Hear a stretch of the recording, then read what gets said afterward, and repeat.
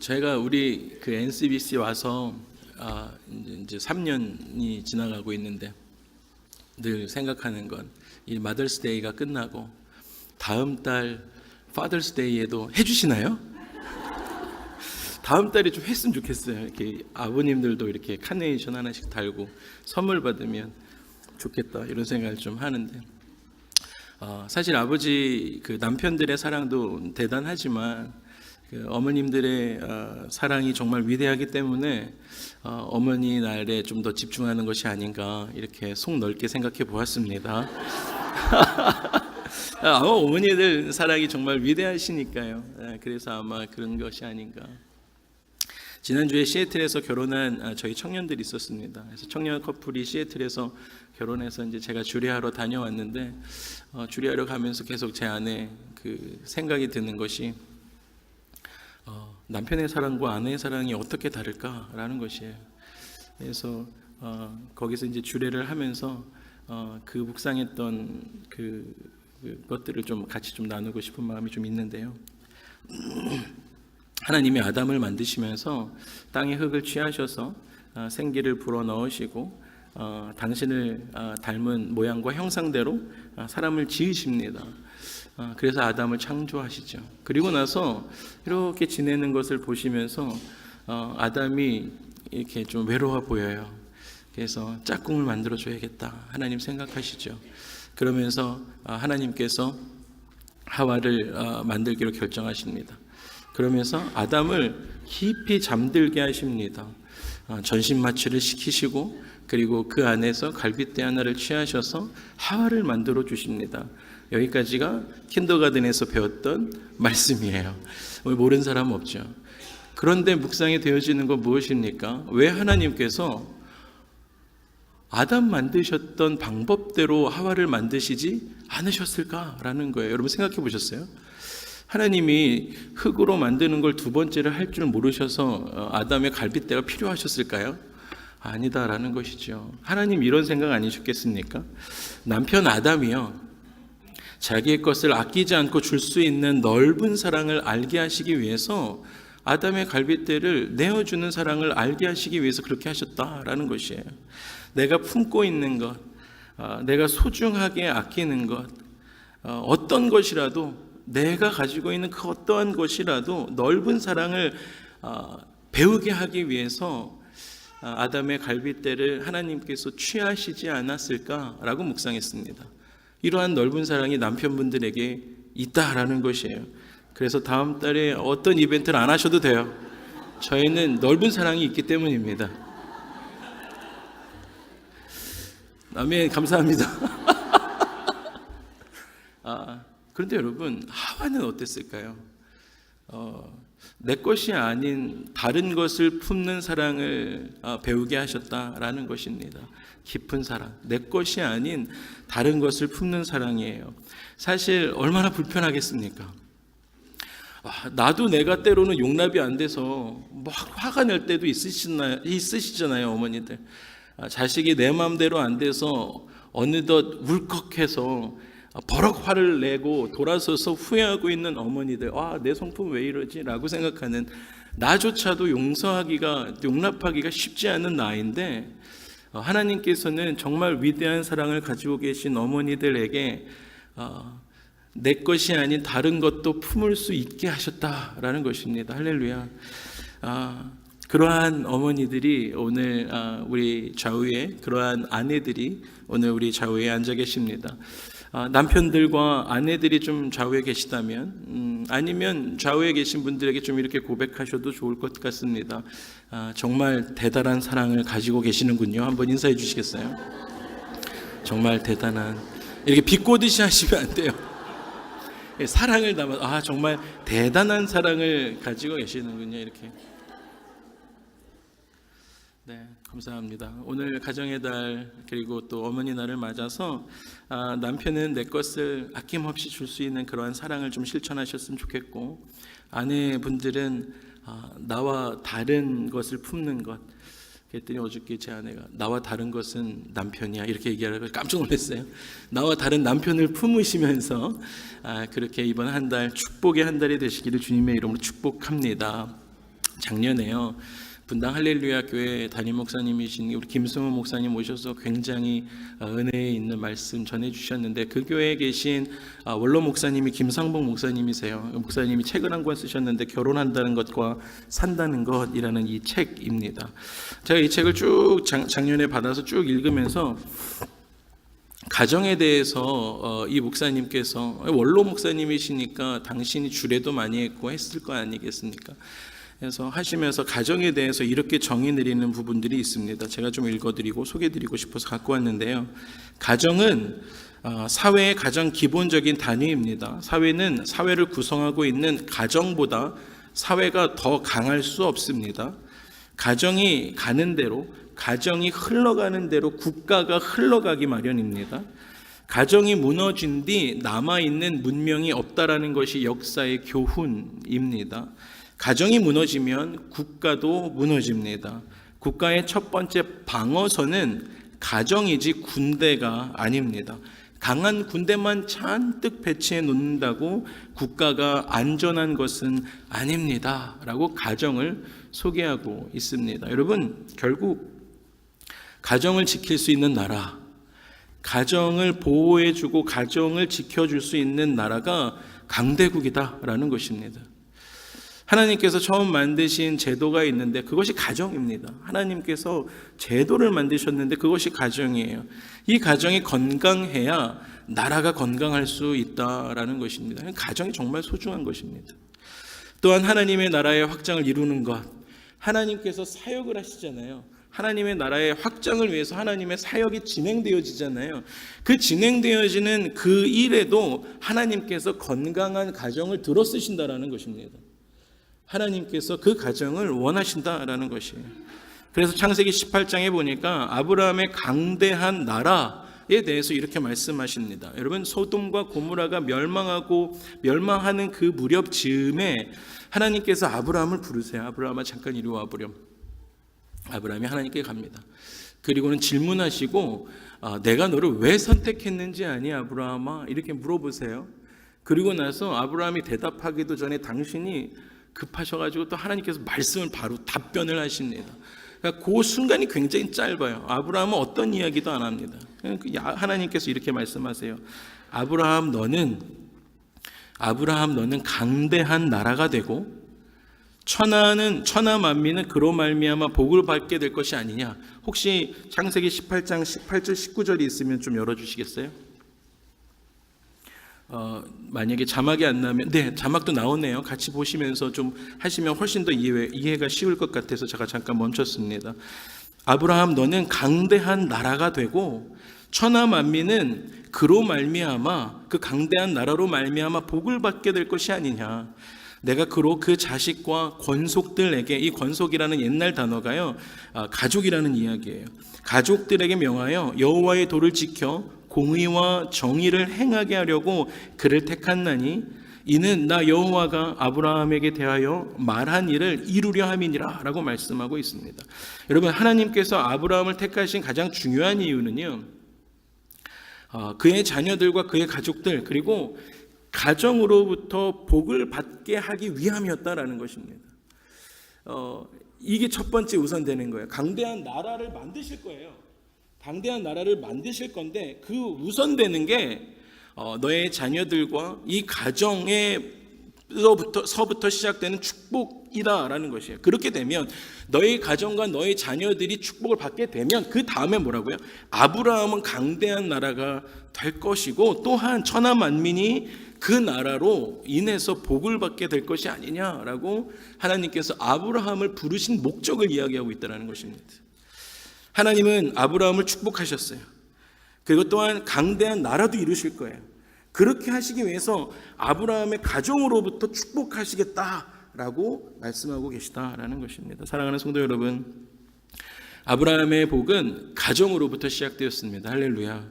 그의 가족 관계 증명서는 하나님을 향한 믿음의 가정이었습니다. 그 이후에 우리의 아브라함의 삶을 우리가 볼 수 있잖아요.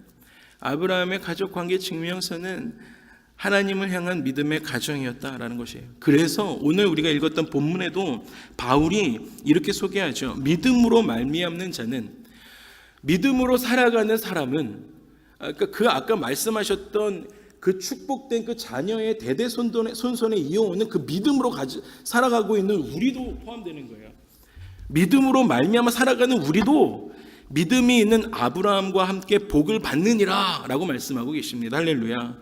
그래서 예수님을 믿는 모든 성도들은 아브라함이 믿음으로 받았던 그 축복을 함께 받게 되어진다라는 것입니다. 그것은 가정에서 시작하는 하나님의 축복이 되어집니다. 가정의 달 5월을 보내시면서 하나님께서 아브라함 가정에 축복해 주셨던 그 은혜가 우리 가정 가운데도, 자녀들 가운데도 차고도 넘치도록 주님의 이름이 함께 하시기를 예수님의 이름으로 축복합니다.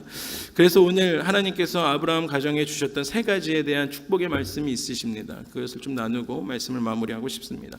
첫 번째는 하나님께서 아브라함에게 약속의 자녀를 주셨다라는 것입니다. 100세가 된 아브라함에게 90세 사라가 처음이자 마지막으로 낳아준 아들의 이름이 이삭입니다. 이삭은 하나님께서 오래전부터 약속해 주셨던 아들이에요. 하나님께서 주시리라고 약속하셨어요. 창세기 17장에 보니까 하나님이 이르시되 내 아내 사라가 내게 아들을 낳으리니 너는 그 이름을 이삭이라고 하라. 내가 그와 내 언약을 세우리니 그의 후손에게 영원한 언약이 되리라 라고 말씀하고 있습니다. 하나님께서 약속의 아들로 이삭을 주시고 그 자녀 이삭과 함께 하나님의 언약을 세워가시겠다라고 선언하시는 그런 선언문이죠. 그 이삭에 대한 선언문입니다. 사랑하고 사랑하는 새누리 가정 여러분, 우리는 아브라함의 복을 함께 받은 믿음의 가정들이 되어야 합니다. 그런데요, 그렇게 하기 위해서는 우리가 우리 자녀들에게 귀에 못이 박히도록 해 주어야 할 말이 있다라는 것이에요. 그 아브라함의 가정에게 축복하셨던 그 축복의 근간이 필요하다라는 것입니다. 그리고 우리 자녀들에게 끊임없이 해줘야 될 이야기가 있는데 그것은 하나님이 너를 만드셨단다라는 것이에요. God made you 라는 거예요. 하나님이 너를 만드셨단다라는 이야기를 해주셔야 된다는 거예요. 우리의 자녀들은 이 세상에 우연하게 존재하는 것이 아니기 때문이에요. 아브라함에게 준 이삭처럼 하나님께서 아브라함에게 이삭을 주셨던 것처럼 하나님께서 미리 계획하시고 우리에게 주신 약속의 자녀들이다라는 것입니다. 우리 자녀들이 그러한 자녀들이에요. 그래서 성경은 그런 자녀들을 일컬어 우리의 삶의 기업이다라고 말씀하고 계시죠. 자녀뿐만 아닙니다. 혹시 손주가 있으세요? 손녀가 있으세요? 아이들을 만날 때마다 축복의 언어를 해주셔야 됩니다. 하나님께서 너를 만드셨어. 너의 출처는 하나님이야 라고 그 아이들에게 지속적으로 계속적으로 사랑의 축복을 해주셔야 됩니다. 여러분, 이러한 믿음의 의식이 있는 부모와 자녀 사이에는요, 그 가정은 복받은 가정이 되어집니다. 아이들도 그것을 느끼는 거예요. 내가 그렇구나, 우리 부모님은 그렇게 생각하고 계시는구나 라는 거예요. 여러분, 그런 가정에서 자란 아이들은요, 자기의 인생을 함부로 취급하지 않습니다. 자기의 생명을 함부로 취급하지 않습니다. 왜 그렇습니까? 내가 어떤 사람인지 알기 때문이에요. 내가 어떠한 사람인지 알기 때문에 자기의 삶을 소중하게 여기죠. 또 어떤 역경도 있어요. 자녀들이 살아가면서 고난도 당할 거예요. 아픔도 있어요. 그런데 그런 아이들 잘 극복할 수 있습니다. 왜 그렇습니까? 힘들고 어렵지만, 그래서 인생 때론 포기하고 싶을 때도 있겠지만, 그럼에도 불구하고 그 아이들이 계속 듣고 자란 게 뭐예요? 자기의 출처가 어딘지 아는 거예요. 내가 어디에 속해 있는지, 어디에 속한 사람인지 알기 때문에, 누가 날 만드셨는지 알기 때문에, 그럼에도 불구하고, 어려움에도 불구하고 그 어려운 역경들 잘 극복해낼 수 있다라는 것입니다. 여러분, 세상에서 성공해요. 어쩌면 제가 남가주에 있는 청년들도 많이 알 것 아니겠습니까? 많이들 원해요. 이 실리콘밸리 들어오고 싶어해요. 어쩌면 저희 청년들이나 여기 앉아 계신 저와 여러분들은 성공했는지도 모르겠어요. 사람들이 바라볼 때 말입니다. 세상에서 성공해도요, 하나님께서 키워주시는 출처를 명확하게 아는 그 아이들은 세상에서 성공을 해도 겸손하게 다른 사람들 바라볼 줄 알아요. 세상에 성공해도 겸손하게 다른 사람들을 축복하며 사랑을 나누는 삶을 살아갈 수 있는 자세를 견지하게 되어진다라는 것입니다. 왜 그래요? 그런 축복의 자녀들은 자기의 성공이 어디서부터 왔는지 알아요. 내가 지금 이렇게 축복받은 것이 어떤 것이구나, 어디서부터 왔구나 라는 것을 알기 때문입니다. 여러분 또한 그러한 육신의 부모님으로부터 그러한 아이덴티티를 계속 듣고 자란 아이들은요, 다른 사람들의 인생을 함부로 짓밟는 인생을 살지 않습니다. 왜 그래요? 자기의 삶이 자기가 귀한 것처럼, 내 인생이 귀한 것처럼 다른 사람도 귀하다라는 그 진리를 알기 때문입니다. 우리 아이들 이렇게 키워야 되지 않겠습니까? 그렇게 되어진다라는 것이에요. 그래서 여러분, 복 있는 가정에서 자란 아이들은 되려 세상을 축복하며 살아갈 수 있습니다. 매일매일 아침에 일어나서 회사 갔다 오면서 세상에 끌려다니는 인생이 아니라는 거예요. 세상이 나를 끌려가고, 나는 세상이 너무 두려워, 하나님을 경외해야 되는 삶을 사는데 세상이 너무 두려워서 이 두려움을 어떻게 이겨내야 되지, 내일은 또 어떻게 해야 되지, 내일은 매니저를 만나서 어떻게 해야 되지, 팀장들과 어떻게 상의를 하면서 이 일들을 해야 되지, 이 어려운 프로젝트는 어떻게 해야 되지 라고 하루하루가 근근히 방 안에 물이 차오르는 것처럼 물이 코 밑에까지 차올라서 깔딱깔딱 거리며 살아가는 인생을 살지 않는다라는 것입니다. 되려 하나님의 자녀들은 세상을 축복하며 살아갈 수 있는 그 주도권을 가지고 오며 살아갈 수 있게 되어진다라는 것입니다. 그런데요, 가장 복된 사람이 있습니다. 가장 복된 사람은요, 이런 자녀를 둔 부모님이십니다. 사랑하는 성도 여러분, 그리고 아이를 갖게 되어지는 신혼부부들도 많이 있는데 복 있는 부모님이 되셨으면 좋겠습니다. 그리고 그 복을 나눠주셔서 축복의 자녀들로 성장하게 되어지는 그 은혜가 저와 여러분의 가정에 가득 넘치시기를 주님의 이름으로 축복합니다. 두 번째는 아브라함으로 믿음의 아버지가 되게 하셨다라는 것이에요.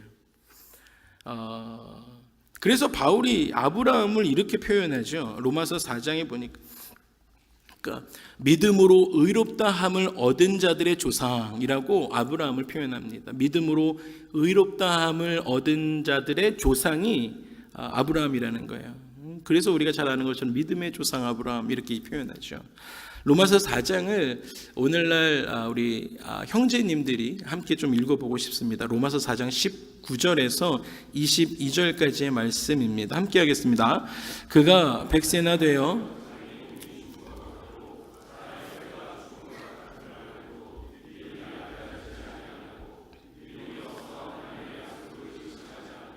믿음으로 견고하여져서 하나님께 영광을 돌리며 약속하신 것을 또한 능히 이루실 줄을 확신하였으니 그러므로 그것이 그에게 의로 여겨졌느니라. 아멘. 여러분, 이 마지막에 그것이 그에게 의로 여겨졌는데요, 그 의로 여겨진 것이 무엇인지 좀 찾아볼 필요가 있잖아요. 여러분, 믿음의 아버지가 되는 우선되는 덕목이 오늘 말씀에 나와 있는데 그것은요, 믿음이 약하여지지 아니하였다라는 것입니다. 첫 번째가 믿음이 약해지지 않는 아버지들의 삶을 사셔야 되는 거예요. 가정의 제사장으로 살아가는 남편들이 이렇게 이야기할 수 있잖아요. 지금 이 말씀을 보면서 내 경험으로는 사라의 태는 죽었어 라고 이야기해요. 그리고 더 중요한 것이 있어요. 내가 나를 너무 잘 아는 거예요. 뭐라고 아브라함이 얘기해요? 내 몸이 100세야. 내 몸이 죽은 것 같아. 내가 너무 잘 알아. 그게 지금 아브라함이 고백했던 내용입니다. 내 경험으로는 사라의 태는 죽었어 라고 내 머리로 살아가는 것이 아니라 견고한 믿음으로 가정을 지켜가야 한다라는 것입니다.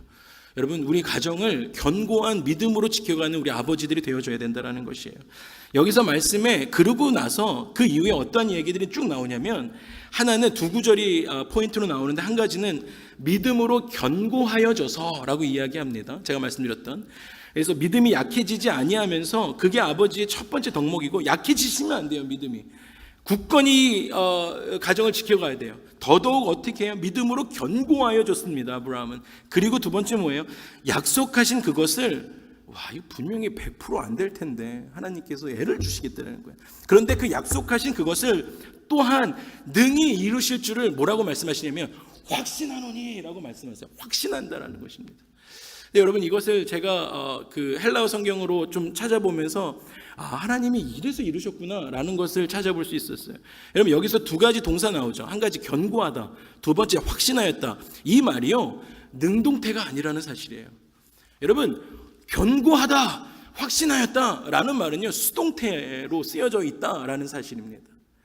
아브라함이 자기 자손에 대한 하나님의 약속의 말씀을 듣고 스스로 내가 견고해지겠다라고 했던 게 아니라는 거예요.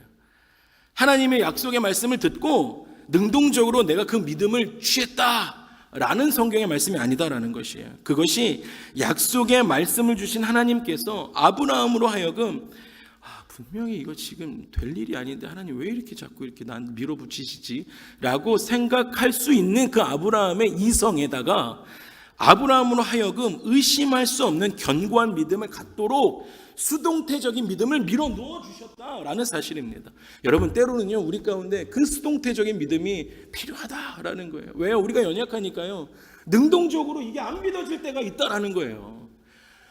내 경험상 이건 100% 안 되는 일인데 하나님 어떻게 해요? 하나님 의지하는 신앙, 하나님의 은혜 없이는 이것이 되어질 수 없었다라는 것입니다. 아브라함은 자기 스스로 그런 믿음을 가질 수가 없었습니다. 오직 하나님의 은혜, 하나님의 은혜로 아브라함의 믿음이 견고함에 이르게 되어졌다라는 것입니다. 할렐루야. 우리 아버님들, 우리 부모님들 그러한 인생 사셔야 됩니다.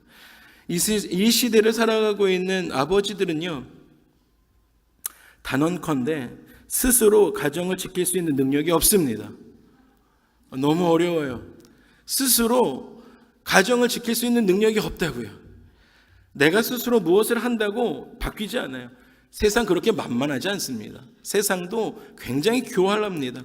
여러분, 밤에 잠자리에 들면서 베개맡에다 권총 한 자루 두고 잔다고 우리 가정이 외부로부터 지켜지지 않는다라는 것이에요. 여러분들 자녀들에게 핸드폰 내어주면서 그 핸드폰에 연령 제한 걸어서 준다고 우리 아이들이 인터넷에서 유해한 그러한 정보에 노출되지 않지 않는다라는 것입니다. 않는다는 얘기예요. 이렇게 말을 어렵게 하죠. 않는다라는 거예요. 여러분, 우리 아이들이요, 어디서든요, 음란한 것들에 노출돼요. 될 수밖에 없다고요. 여러분, 폭력적인 거에도 노출이 돼요. 노출될 수밖에 없어요. 여러분, 우리 골든스테이트 워리어가 지금 농구를 정말 잘하고 있지 않습니까?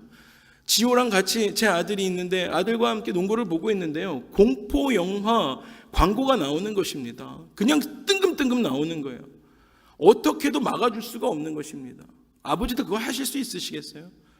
할 수 있는 거 텔레비전 잠깐 끄는 거예요. 지나가기 기다리는 것이죠. 여러분, 아브라함은요, 스스로 그런 믿음을 가질 수가 없었다고요. 스스로 할 수 없었다라는 거예요. 오직 하나님의 은혜로, 하나님의 도우심으로, 하나님의 수동태적인 믿음이 옴으로 말미암아 그러한 믿음에 이르게 되어졌다라는 것입니다. 우리에게 하나님의 은혜가 필요합니다. 하나님의 도우심이 우리 가정에 필요하다라는 거예요. 오늘을 살아가는 아버지들은요, 어머니들은요, 성령님을 의지하는 믿음의 아버지, 성령님을 의지하는 믿음의 어머니, 견고한 믿음으로 가정을 지키는 아버지가 되시기를 주님의 이름으로 축복합니다. 그런데 이삭이 무거운 짐을 질 수 있을 만큼 장성했습니다. 어느 날 하나님께서 아브라함에게 창세기 22장에 뜻밖의 말씀을 하십니다. 22장 2절에 보니까 여호와께서 가라사대 내 아들 내 사랑하는 독자 이삭을 데리고 모리아 땅으로 가서 내가 내게 지시한 산, 여기서 이 지시한 산을 조금 계속 주목해 주세요. 하나님께서 굳이 지시한 산이 있으셨어요. 이것에 제가 또 공부하면서 묵상하기 시작했는데, 내가 내게 지시한 그 산 거기서 그 이삭을 번제로 드리라라고 말씀하십니다. 이것도 우리가 잘 아는 내용입니다. 이삭을 번제로 드리라라는 하나님의 명령을 들었을 때 여러분 처음에 무슨 생각 드셨어요? 이 논리적으로 하나님께서 굉장히 좀 뭔가 착각하고 계신 게 아닌가라는 생각이 안 드셨어요? 하나님의 말씀이 앞뒤가 안 맞는 거예요. 모순이 되는 것이죠. 논리적으로 모순이 있는 거예요. 왜냐하면 하나님께서 그 이삭을 통해서 하늘의 별수와 같은 자손을 주시겠다라고 말씀하셨잖아요. 그러면 지금 번제로 잡혀가야 될 이삭은 뭐 자손이라도 낳아야 될 것 아니겠습니까? 그럼 결혼이라도 좀 장가라도 갔어야 될 것 아니겠습니까? 지금 이삭 장가 안 갔잖아요. 그런데 아브라함 어떻게 합니까?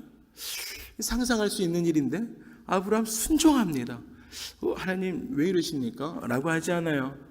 순종합니다. 하나님께서 아브라함을 찾아오셔서 아브라함을 설득하실 때 아브라함은 기꺼이 순종했습니다. 여러분, 순종했다라는 말은 뭐예요? 내가 설득당했다라는 거예요. 그러면 반대로 불순종 뭐죠? 여러분, 우리의 삶 가운데 불순종 무엇입니까? 하나님께서 우리 가운데 말씀하시려고 할 때마다 우리가 듣지 않으려고 하는 거예요. 하나님의 말씀에 내가 설득당하지 않으려고 하는 그 행위 자체도 불순종이다라는 것입니다. 하나님의 순종에 우리가 설득당하는 순간 우리는 하나님이 예비하신 그 모든 축복을, 은혜와 축복을 받고 누릴 수 있게 되어집니다. 하나님께서 우리 가운데 설득하실 때 설득당하셨으면 좋겠어요. 여러분, 아브라함은 하나님의 말씀에서 모순을 발견했을 때 자신이 그것을 해결하려고 하지 않았어요. 여러분, 우리 머리로 이거 좀 이상한데 라고 생각하는 부분도 있지 않으세요? 근데 아브라함 그렇게 하지 않았어요. 100세가 된 죽은 것 같은 내 몸, 죽어있는 사라의 태를 보면서도 그 모순에서 순종했다라는 거예요, 여러분. 이삭 100세가 돼서 얻은 그 정말 귀한 자식 이삭에 대한 이야기 하셨을 때도 말씀 앞뒤 안 맞아도 아브라함 믿음으로 순종했다라는 것입니다. 하나님께서 그 모순을, 하나님께 아브라함이 그 모순 덩어리인 것처럼 느껴지는 그 모든 것을 하나님께 내어드리고 맡겨드렸을 때 하나님께서 순종하는 아브라함의 믿음이 어떠했는지 상황적으로 설명을 하기 시작하십니다. 창세기 22장 7절인데요. 이삭이 아버지를 따뜻한 마음을 가지고 불러요. 이렇게 부릅니다. 내 아버지여 라고 이삭이 부릅니다. 그랬더니 아브라함이 이렇게 대답하죠. 내 아들아, 내가 여기 있노라 라고 이야기해요. 너무너무 애틋한 상황인 거예요. 그리고 이삭이 이렇게 이야기합니다. 우리가 지금 번제하러 하나님께 제사 드리러 가는데 불과 나무는 저희가 준비를 했는데 번제할 어린 양은 어디 있습니까? 아버지? 라고 물어봐요. 그때 아브라함이 이렇게 이야기하죠. 아들아, 번제할 어린 양은 하나님이 자기를 위하여 친히 준비하시리라 라고 이야기하고 이삭의 손을 잡고 나아갑니다. 번제할 어린 양 어디 있나요? 라고 이삭이 물었을 때 아브라함 심정 어땠을까요? 그 아빠의 마음 어땠을까요? 제단 위에 이삭을 결박 지어 놓습니다. 아브라함이 칼을 들어서 그 아들 이삭을 죽이려고 하는 그 순간 하늘로부터 하나님의 사자의 소리가 들리기 시작합니다. 그 아이에게 내 손을 대지 말라. 그 아이에게 내 손을 대지 말라. 아무 일도 그에게 하지 말라 라고 소리가 들리기 시작합니다. 내가 내 아들 내 독자라도 내게 아끼지 아니하였으니 내가 이제야 내가 하나님을 경외하는 줄을 아노라 라고 말씀하십니다. 그리고 나서 다음 구절에 이런 구절이 나옵니다. 아브라함이 눈을 들어 살펴본즉 지금 칼을 들고 있는 상황이었습니다. 죽이기 직전이었습니다. 죽일 마음이 있었어요. 그랬는데 그 상황이 딱 끝나자마자 다음 구절에 아브라함이 눈을 들어 살펴본즉 한 수양이 뒤에 있는데 풀이 수풀에 걸려 뿔이 수풀에 걸려 있는지라 아브라함이 가서 그 수양을 가져다가 아들을 대신하여 번제로 드렸더라라고 말씀하고 있습니다. 여러분, 여기서도 또 좀 재밌지 않으세요? 성경을 계속 삐뚤어 보셔야 됩니다. 그래서 할렐루야 이러고 보시면 안 되고. 저는 또 이해가 안 되는 거예요. 여러분, 지금 아들을 죽이려고 한 상황이잖아요. 그랬는데요, 멈추래요. 막 소리가 들렸어요. 네, 주님, 제가 아들을 죽일 뻔했군요. 막 흥분되어 있지 않겠습니까? 주님 감사합니다. 그리고 결박되어 있는 자기 아들 좀 풀어야 될 거 아니에요. 막 불러요. 막 불러면서 이삭아, 우리 빨리 내려가자. 여기 있을 곳이 아니구나. 그리고 막 내려가지 않겠어요. 이게 저만 그런 거예요? 여러분 막 그런 내려가가지고 아들 이삭한테 얘기했을 거 아니에요. 오해하지 마라, 내가 그런 게 아니다. 평생을 나를 이렇게 하면 곤란하다. 너 하나님하고 네가 해결해라, 이 문제는 나는 모르겠다. 막 이러지 않겠냐라는 거예요. 여러분 웃으시지만 이게 무슨 일입니까? 막 눈물 범벅이 돼가지고 그 아들 손잡고 산으로 내려갔더라 라고 성경이 쓰여 있어야 될 거 아니겠어요? 그게 우리가 이해가 좀 편하지 않겠습니까? 그런데요, 아브라함은 산을 내려가지 않고요, 뭐해요? 눈을 들어 주위를 살펴보았다라고 말씀하고 있어요. 여러분, 그래서 기도해야 돼요. 여러분, 기도하면 하나님이 내시는 길을 볼 수 있습니다. 여러분, 기도하고 하나님께 묶여 있잖아요. 그러면 하나님이 내시는 길을 볼 수 있다고요. 눈을 들어 주위를 살펴볼 수 있습니다. 마침내 숲풀에 뿔이 걸려있는 수양 한 마리를 발견하게 됩니다. 아브라함이 우연하게 무섭다 이러면서 근데 여기 있네 이렇게 수양을 발견한 게 아니다라는 것이잖아요. 눈을 들어 찬찬히 살펴보았습니다. 이 말은 뭐예요? 의도적으로 일부러 목적을 가지고 주변을 찬찬히 살펴보았다라는 거예요. 하나님의 뜻을 찾았다. 그러다가 뒤쪽 숲풀에 걸려있는 수양을 찾아냅니다. 아브라함과 이삭이 그곳에 도착하기 전부터 그 수양 거기 있었습니다. 아브라함의 이 행위는 이삭이 올라오기 전에 번제물 어디 있나요 아버지? 라고 물어봤을 때 아브라함이 이렇게 고백하죠. 번제할 어린 양은 하나님이 당신을 위해서 친히 준비하시리라 라는 그의 신앙의 고백과 완전하게 일치하는 거예요. 준비하실 거라는 거를 믿음을 가지고 있는 거예요. 그런데도 순종하는 거예요. 하나님이 준비하실 거야. 우리 하나님은 신실하시니까, 선하시니까 준비하실 거야. 근데 내가 해야 될 건 하나님의 말씀에 순종하는 거야. 내가 널 번제하는 일이야. 아브라함의 행위는 그거예요. 그런데 그 안에 믿음은 또 있었다라는 거예요. 하나님께서 준비하실 거야. 하나님을 경외하는 사람만이 할 수 있는 믿음의 고백입니다. 나는 그분께 마음을 다한 순종을 한다면 설사 그것이 자녀를 향한 것이다 라고 할지라도 하나님은 우리의 삶에 선한 것을 주시는 분이라는 그 믿음이 아브라함에게 있었다라는 것입니다. 그날 그 산에서 아브라함은 아들 이삭의 마음에, 그 이삭의 입장에, 아브라함은 이삭의 그 아들의 마음에 하나님을 믿는 믿음이 어떠한 것인지 깊숙하게 자기의 자녀 이삭에게 마음속 깊숙하게 믿음을 아로 새겨주신 거예요. 그게 믿음의 아버지예요. 그런 사람이 아버지입니다. 하나님을 믿는 믿음이란 어떤 것인지 가르쳐줄 수 있는 아버지, 하나님을 믿는 믿음의 삶은 어떤 것인지 알려줄 수 있는 어머니. 여러분, 믿음의 부모와 함께 자라난 자녀들은 복된 자녀들입니다. 이삭은 무거운 짐을 질 수 있을 만큼 성장한 상태였습니다. 아버지가 자신을 돌 제단 위에 눕히고 결박할 때도 반항하지 않았습니다. 왜 그랬습니까? 왜 그랬을까요? 이삭은요, 자기 아버지 아브라함에 대한 믿음이 있었기 때문이에요. 이 아버지가 어떠한 믿음의 사람인지 이삭이 너무 잘 알고 있었기 때문입니다. 순종해도 된다라고 생각했던 거예요. 설사 여기서 죽어도 된다라고 생각했을지도 모르겠어요. 이 아버지의 삶의 행위로 봤을 땐 그 믿음이 있었다라는 것입니다. 그것은요, 평소에 아버지의 믿음 생활을 보고 습득되어진 이삭의 믿음이었습니다. 여러분, 아버지에 대한 믿음이 없었다면, 이삭이요, 아버지에 대한 믿음이 없었다면 100세가 넘은 아버지 밀치고 충분히 달아날 수 있었습니다. 왜 아니겠어요?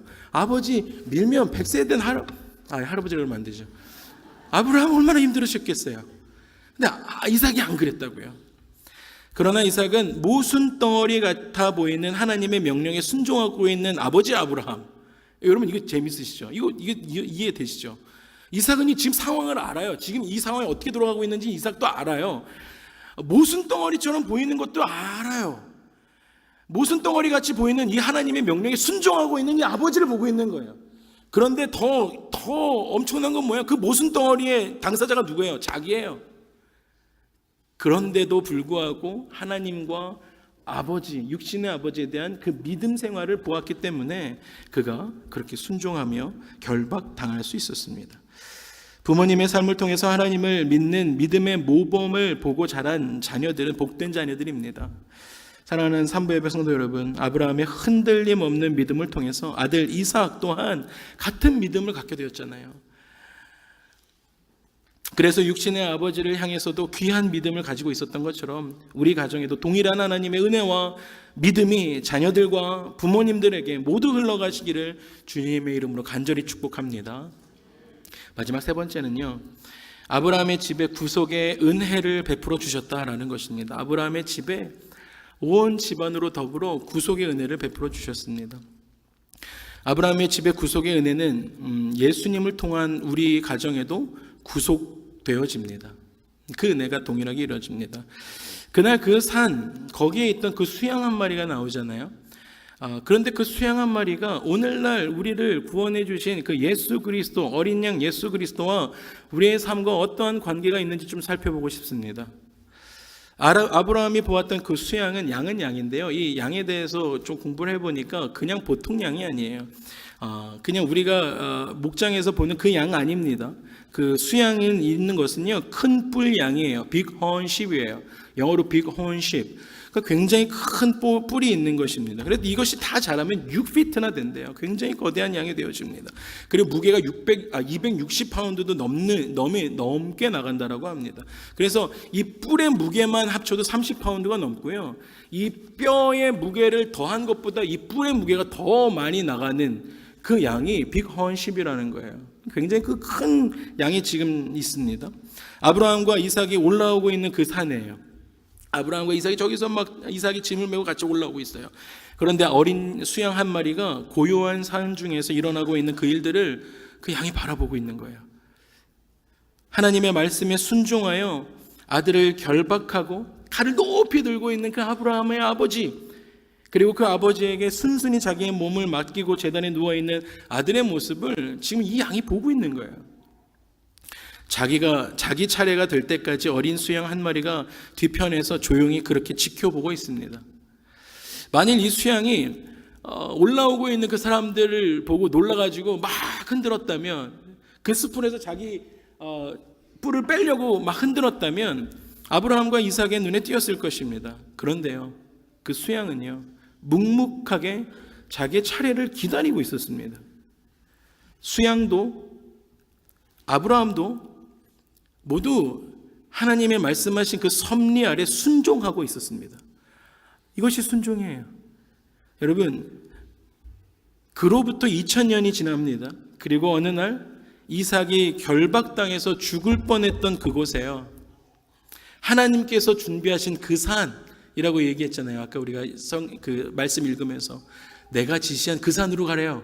그 산에서요, 아브라함 때는 모리아산이라고 불렀고 예수님 때는 시온산이라고 불렸던 바로 그 산에서 예수님이 우리를 위해서 십자가에 못 박혀 죽으셨습니다.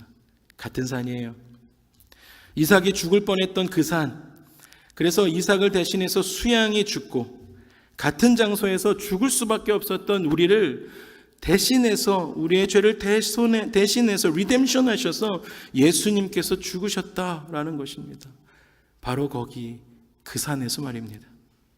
마땅히 죽어야 할 우리들을 대신해서 어린 양으로 이 세상에 오신 예수님께서 죽으셨습니다. 성경이 이렇게 얘기하죠. 털 깎는 자 앞에서 잠잠한 양처럼, 자신을 결박하고 있는 아버지 앞에 순순히 누워있던 이삭처럼 대신해서 예수님께서 우리를 대신해서 죽으셨습니다. 그날 모리아산은 이후에 우리에게 시온산 성터, 그리고 감람산, 그리고 골고다 언덕으로 불리워지는 같은 산입니다. 마치 숲에 걸린 수양처럼 우리를 위해서 예수님을 이 땅에 보내셨다라는 것이죠. 그것이 하나님의 사랑이고 하나님의 구속의 은혜입니다. 하나님의 은혜는 우리의 필요를 미리 알고 채워주심을 의미해요. 우리의 필요를 알고 미리 준비해 주세요. 그것이 하나님의 은혜라는 거예요. 은혜는요, 역경으로부터 구원해 주시는 하나님의 능력을 의미합니다.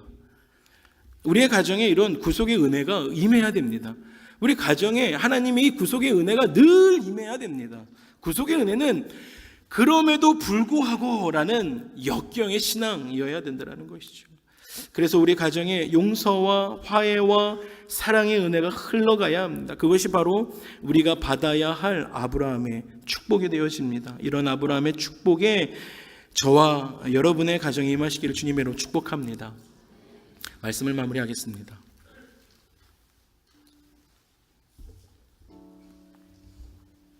여러분, 아브라함의 복이요, 많이 설명했는데 멀리 있지 않아요. 하나님께서 아브라함을 택하신 가장 중요한 이유가요, 아브라함 개인에게 있었던 것이 아니에요. 자녀들과 그의 가정으로부터 복을 받게 하시기 위함이었다라는 것이잖아요. 하나님이 그 가정을 어떻게 생각하고 있는지 알 수 있다라는 거예요. 여러분, 가정을 이루셨습니까? 대부분 3분은 가정을 이루신 분들이 많으시잖아요. 그 가정이 그러한 가정이다라는 거예요. 아브라함의 복은 우리 가정으로부터 시작합니다. 할렐루야. 약속의 자녀로 이삭을 주셨던 것처럼요, 부모와 자녀의 관계는 우연한 관계가 아니고 필연의 관계라는 사실을 깨달을 때에 그 가정은 복이 넘치는 가정이 되어집니다. 이삭이 그랬던 것처럼 자녀들이 부모님들로부터 아브라함의 믿음을 보고 느끼고 경험할 수 있는 그러한 가정이 되시기를 주님의 이름으로 축복합니다. 그래서 그 하나님의 살리시는 은혜가 가정 가운데 늘 함께 하시면서 아브라함의 축복을 이번 한 주 시작하시면서 표현하시고, 하나님이 누구를 만드셨어, 누구를 만드셨어 라고 이야기해 주시면서 그 아브라함의 축복의 시작, 나의 가정으로부터 시작되는 축복의 이번 한 주가 되시기를 예수님의 이름으로 간절히 축원합니다. 기도하겠습니다. 하나님,